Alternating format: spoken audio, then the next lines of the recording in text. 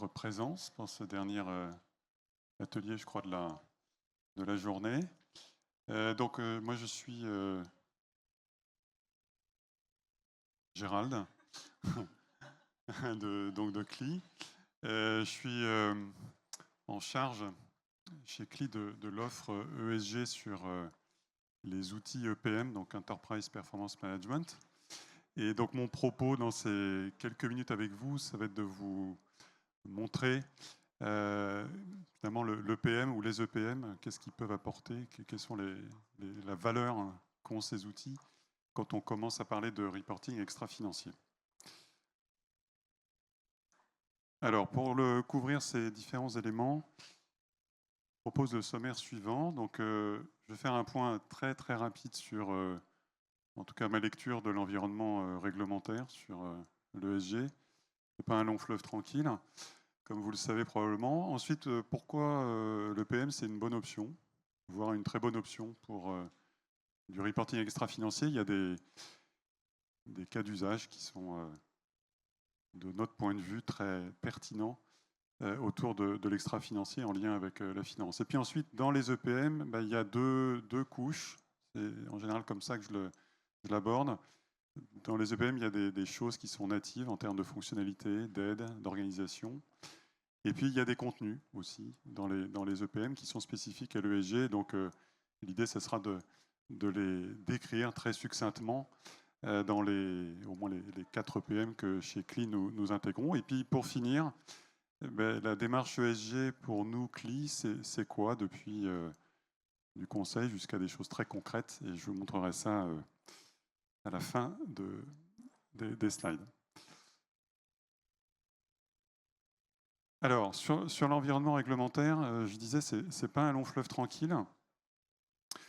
Comme vous le savez, sur l'ESG, donc je parle d'ESG, pas encore de CSRD, il y a un grand nombre de cadres de référence, donc finalement des espèces de normes, mais qui n'en sont pas, puisque c'était plutôt des cadres de référence volontaires, auxquels les entreprises, les groupes ont choisi d'adhérer. Donc j'en ai représenté quelques-uns, hein, ce n'est pas la totalité, parce qu'il y en a un grand nombre, il y a des déclinaisons assez nombreuses. Et ça, aujourd'hui, c'est ce qui, jusqu'à il y a peu, rythmait un peu la manière de reporter des indicateurs sur l'ESG quand on choisissait d'avoir une communication autour de l'ESG qui soit publique. Bon, et en parallèle de ces cas de référence volontaire, il y a une norme qui est arrivée, que vous connaissez probablement, qui est la CSRD. Donc là, je ne parle que de l'environnement réglementaire en Europe. Donc concoctée par les FRAG, à peine en train de démarrer cette année pour un certain nombre de groupes sur leur exercice 2024, et à peine démarré, à peine déjà en train d'essayer de se simplifier. Vous avez peut-être entendu les développements récents autour de ce qu'on appelle le pack Omnibus. Donc j'ai représenté ça avec une petite icône que je trouvais appropriée. Et dans Omnibus, il y a notamment une initiative qui s'appelle Stop the Clock. Voilà. Donc, dans un environnement CSRD assez exhaustif dans sa version actuelle et maintenant la démarche de simplification, tout ça montre bien que le réglementaire, à la différence de la finance, il est très mouvant quand on parle d'indicateurs extra-financiers. Alors, dans la partie Omnibus, en fait, moi, ce que je retiens aujourd'hui, puisque les réflexions sont en cours au niveau de l'Europe. Comme vous le savez, tout ce qui se fait au niveau de l'Europe doit ensuite être transposé dans les États membres. Et ça, cette partie-là, elle va se faire au fur et à mesure. Et à ma connaissance, elle n'est bien sûr pas encore faite sur l'ensemble. Moi, ce que je retiens aujourd'hui des initiatives pour simplifier, qui s'inscrivent dans la problématique au niveau de l'Europe sur la compétitivité, hein, c'est-à-dire il faut simplifier ce reporting CSRD qui déjà a montré ses limites en termes de est-ce que c'est efficient à réaliser, quel temps ça prend, etc. etc. Donc dans Omnibus, ce qu'il y a sur la table aujourd'hui, c'est de dire finalement, première chose, on relève le seuil des entités éligibles. Donc on élimine 80% des entités. La CSRD, c'était une ambition d'avoir 50 000 entités en Europe qui soient impactées, ou en tout cas éligibles aux obligations de reporting. Là, toutes les entreprises inférieures à 1000 salariés sortent de l'obligation, donc ça fait à peu près 80% de ce pool. Deuxième axe, pour celles qui restent éligibles, donc notamment celles qui ont plus de 1000 salariés, 2 ans supplémentaires pour se préparer. Là où elles devaient être prêtes en 2026 à publier des choses sur les indicateurs extra-FI de leur exercice 2025, et bien maintenant c'est 2028 sur les éléments 2027. Donc ça, c'est une deuxième couche. Et la troisième, donc là, qui n'est plus stop the clock, hein, le timing, c'est une réflexion initiée sur les contenus de la CSRD.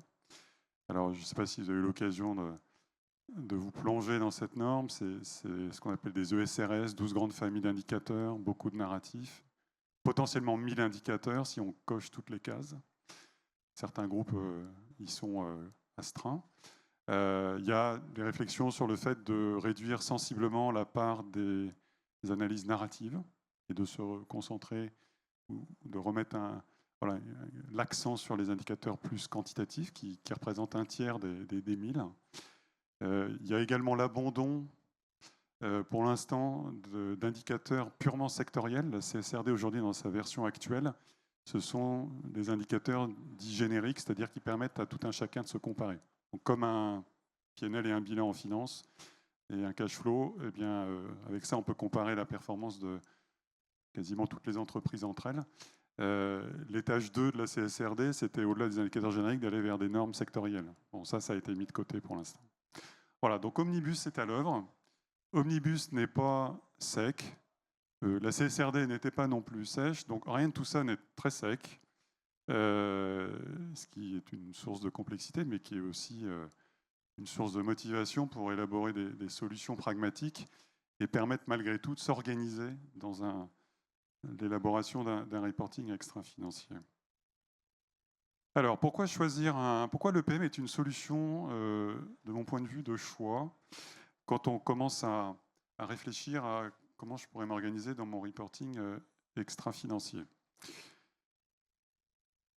Il y a un cas d'usage qui aujourd'hui est très naturel, c'est si effectivement, alors il y a quand même quelques si, mais je pense que c'est un cas qu'on rencontre, si vous avez une réflexion sur rénover vos process finance. Voilà, vous êtes au bout d'un cycle, vous avez eu des témoignages précédents sur l'intérêt de telle ou telle solution et les retours d'expérience. Si vous avez une réflexion sur rénover les process finance et en tout cas la partie consolidation et aller vers un EPM, c'est de mon point de vue très naturel d'intégrer la problématique ESG, et je ne dis pas forcément CSRD mais ESG, car vous pouvez avoir déjà des indicateurs extra-financiers qui sont le résultat de votre propre analyse, vision stratégique. Ils vous permettent de couvrir probablement une partie de la CSRD, mais voilà. Si vous avez une réflexion autour de la rénovation de la finance, au process finance, intégrer la CSRD et l'ESG de manière générale, ça est un cas d'usage ultra naturel, parce que là, vous aurez une mutualisation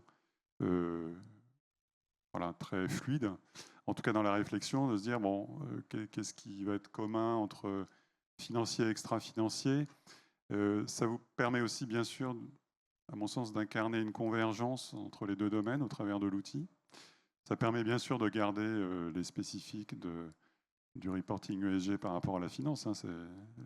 L'outil unique n'est pas une mise au pas de l'un par rapport à l'autre. Mais en tout cas, ça permet de faire coexister les deux et surtout, de là où il y a des points d'adhérence, de pouvoir faire capitaliser naturellement sur l'EPM. Et là, je ne suis pas sur un EPM plus qu'un autre. Tout à l'heure, je dirais quelques mots sur ce que chacun peut proposer. Mais naturellement, les EPM, ils permettent de faire ça. Un outil unique type EPM, quand on a plusieurs équipes qui interagissent, ça permet de le concrétiser plutôt que d'avoir des silos. Donc là, cas d'usage, s'il y a des équipes ESG, des équipes finance, elles peuvent interagir dans l'outil. Et puis, aspect économique, je le cite en dernier, mais il est clé, bien sûr, et d'un point de vue économique, cash, vous mutualisez des coûts potentiellement par rapport à une solution où vous prendriez un outil spécifique pour l'ESG ou vous continueriez à investir sur un outil spécifique ESG en parallèle de la finance. Voilà. Donc ça, Notamment dans ce scénario-là, l'EPM est une vraie bonne option pour ne pas louper le virage sur l'ESG. La partie réglementaire, elle vit sa vie, mais voilà, je pense qu'on a un phénomène de place aussi sur la partie extra-financière qui fait que aujourd'hui, il y a beaucoup de groupes qui ont déjà du reporting extra-financier qui est à l'œuvre. Alors, j'ai l'habitude, quand je commence à évoquer dans les EPM ce qu'ils peuvent apporter, de séparer le discours en deux couches. Donc il y a une première couche que j'appelle la couche native. Donc qu'est-ce qu'ils ont dans la besace, indépendamment de vos besoins, et en quoi ça aide. Et puis la deuxième couche, c'est les contenus qu'ils ont déjà fabriqués sur des sujets spécifiques de l'ESG et qui peuvent constituer également des points de départ pour mettre en place votre propre reporting ESG. Donc dans les fonctionnalités natives, il y a un point qui est important dans l'ESG, en tout cas qui est plus critique qu'en finance, c'est comment je collecte mes données ESG. Alors, côté finance, on a un peu réglé le problème en disant que tout venait ou majoritairement de l'ERP. Dans l'ESG, ce n'est pas le même sport. On a plusieurs outils, plusieurs sources. Des sources qui peuvent être dans l'entreprise, qui peuvent être à l'extérieur de l'entreprise. Parfois, on n'a pas de source, on peut avoir du Excel, on peut avoir du mail. Puis parfois, on n'a rien du tout, parfois, pour certains indicateurs. Alors, peut-être que dans ce seul et unique dernier cas, où l'EPM ne pourra pas effectivement répondre favorablement, puisque si la donnée n'existe pas, là, il touchera sa limite et il ne pourra pas la créer à votre place, et on se déplacera plutôt sur un sujet de comment structurer la donnée, surtout pour celles qui manquent. Mais face à cet enjeu de collecte des données, multisources, multisystèmes, les EPM proposent, dans les techniques d'importation, toutes les possibilités, c'est-à-dire je vais directement chercher dans les outils, je m'y connecte, j'ai des systèmes d'interface, demi-interface, transfert de fichiers, j'ai bien sûr la saisie qui reste possible, dans l'outil, dans Excel, en upload d'Excel. Voilà, donc ça c'est un point qui est pour moi aujourd'hui sur la collecte. Les EPM proposent la collecte pour la finance. Ce qu'ils proposent pour la finance eh bien, est également totalement applicable à la partie ESG qui se révèle de ce point de vue-là plus variée, à mon sens, que la finance et sur lesquels les EPM sont bien positionnés. Après, il y a un autre point qui est important, c'est qu'à partir du moment où la donnée arrive dans l'EPM, elle est 100% auditable, 100% traçable, analysable et surtout contrôlable. Donc ça, c'est un héritage de la finance, bien sûr. C'est un design pour la finance qui, dans l'ESG, recouvre... On a à peu près la même réalité. On peut aussi, dans l'ESG, avoir des problèmes ou des enjeux de fiabilité de la donnée. Et donc moi, je vois de temps en temps effectivement des questions autour de est-ce que je peux filtrer mes données et refuser d'intégrer telle donnée parce que je sais qu'elle est bidon. Et je ne souhaiterais pas la retenir dans ma consolidation d'indicateurs ESG. Donc ça, c'est des choses qu'on peut faire dans les EPM. Ça nécessite un petit peu de paramétrage, mais parce que c'est un besoin fonctionnel spécifique. Mais c'est également possible. Et ça, on le connaît beaucoup moins en finance. En ESG, je le vois. Et effectivement, c'est une problématique qui, en fonction de la maturité, de la qualité de la donnée que vous avez à traiter, qui peut se poser et qu'on peut adresser dans les EPM. Autre point important dans les EPM qui également a été mis en œuvre par rapport au reporting financier, c'est toutes les capacités de restitution des états simples tels qu'on les, entre guillemets, un lean column tels qu'on les connaît en finance. Bon, ça bien sûr, on est capable de faire ça pour des indicateurs ESG. On est bien sûr capable d'aller plus loin avec des choses un peu plus évoluées, avec un peu plus de graphes, un peu plus de... Voilà, des choses qui permettent de donner un peu plus d'impact aux données, sachant que là, on est sur des données qui sont en général pas très financières. Elles peuvent l'être, mais ce n'est pas le barycentre naturel des indicateurs qu'on a dans la CSRD ou qu'on a sur des sujets extra-financiers. Donc ces capacités de restitution qui vont jusqu'à la capacité à exporter les données qui ont été agrégées dans l'EPM ou consolidées vers d'autres systèmes en aval de restitution. Ça, les EPM sont bien sûr capables de faire ça. Et c'est un enjeu pour moi dans l'ESG où il y a, encore une fois, pas que des équipes financières. Parfois, elles n'y sont pas. Et donc, les équipes, entre guillemets, non financières, à mon sens, elles sont capables de rentrer dans l'EPM pour au moins consulter la donnée.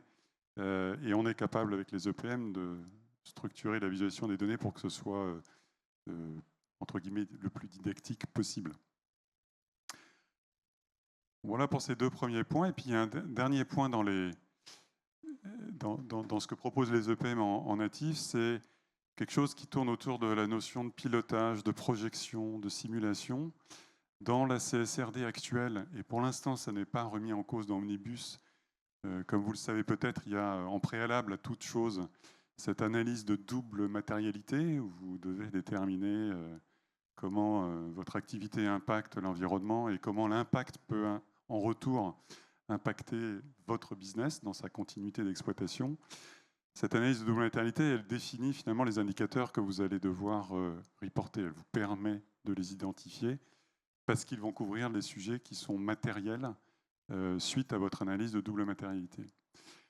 Comme vous le savez aussi, dans la CSRD, il y a une demande, entre autres, dans les émissions CO2 sur des projections. Parce qu'il faut prendre des engagements de réduction de CO2, donc en fonction de l'exposition à ce sujet, il y a des trajectoires qui doivent être bâties sur un temps long. Alors, 2030, 2050, aujourd'hui c'est ça les horizons qui sont dans la CSRD. Construire une projection, en finance on sait faire ça, un forecast, un budget, un plan à 3 ans, à 5 ans. Bon, en général on va pas au-delà, et même déjà plan à 5 ans, en général on tire sur les paramètres. Aller jusqu'en 2050 sur l'ESG, dans les EPM, ce n'est pas du tout un problème. Et on peut s'appuyer assez facilement sur les capacités de simulation, soit de façon calculatoire, avec la capacité à modifier, ajuster. Le versionique, je veux garder une trajectoire que j'ai fait cette année pour 2030, et puis je voudrais la suivre année après année, parce que je vais être meilleur dans ma trajectoire de réduction d'émissions, ou au contraire, je vais prendre du retard. Voilà, tout ça, ce sont des sujets qu'on connaît assez bien en finance et qu'on est capable d'étendre.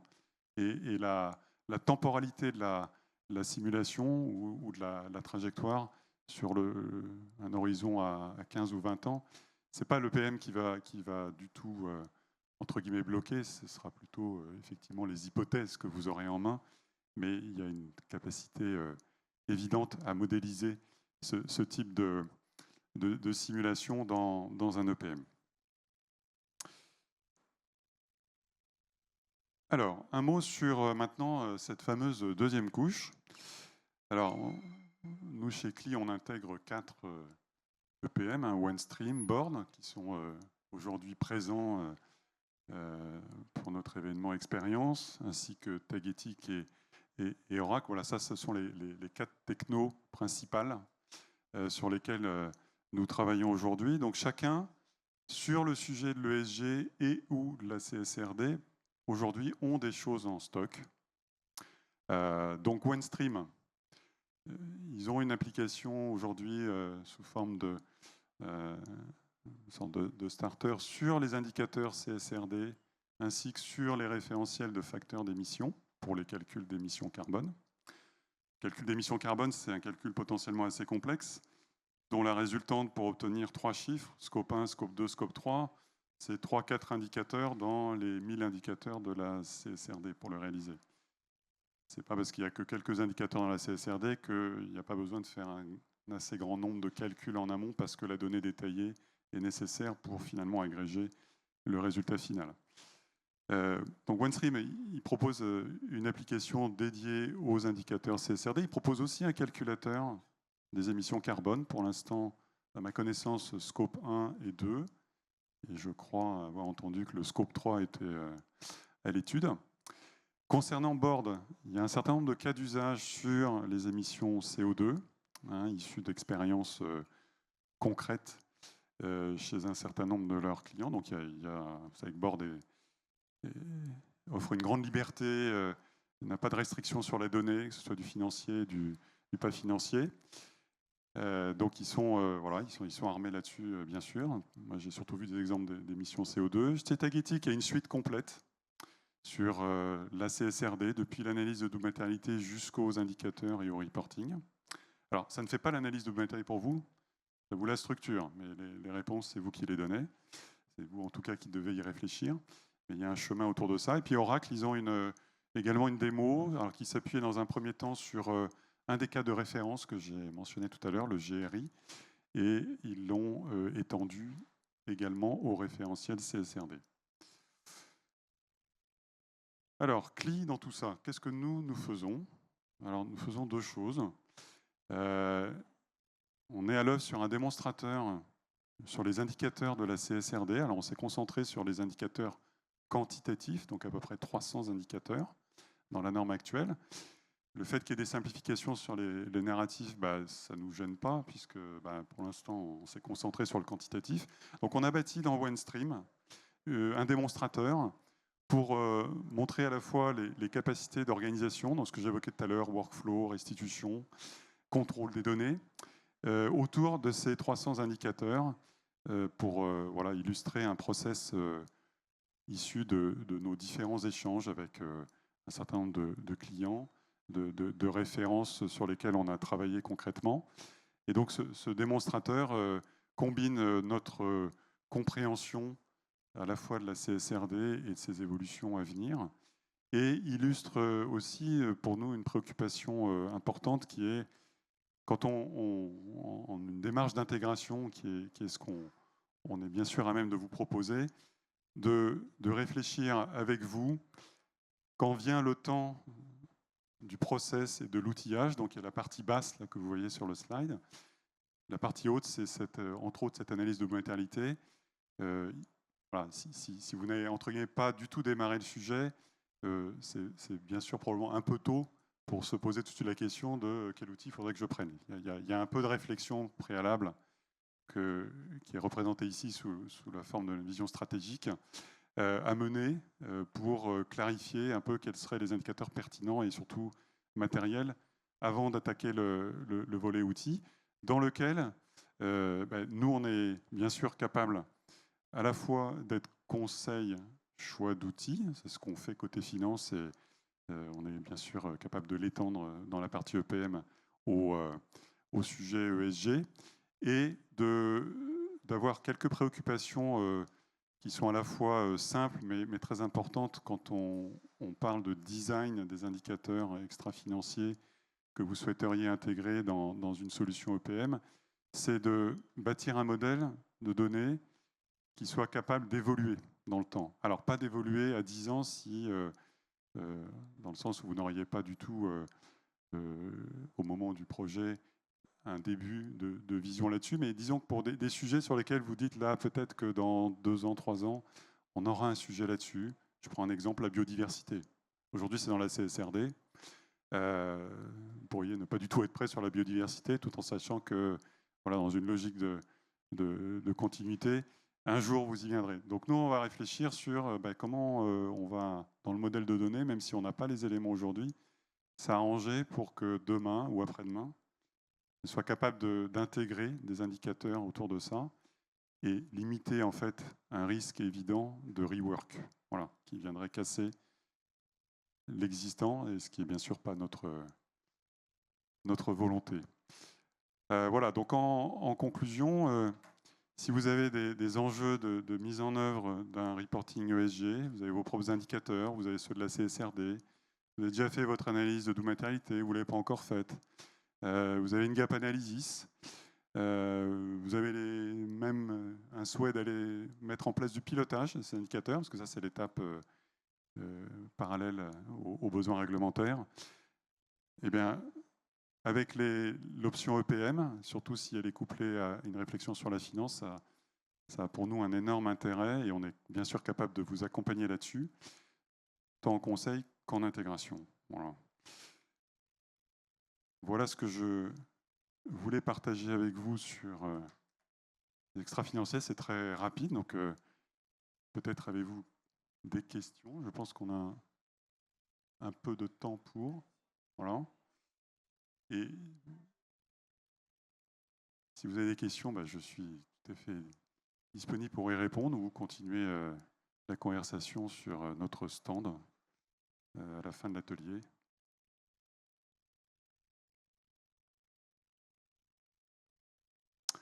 Eh bien, merci à vous et à votre disposition pour continuer à évoquer l'ESG.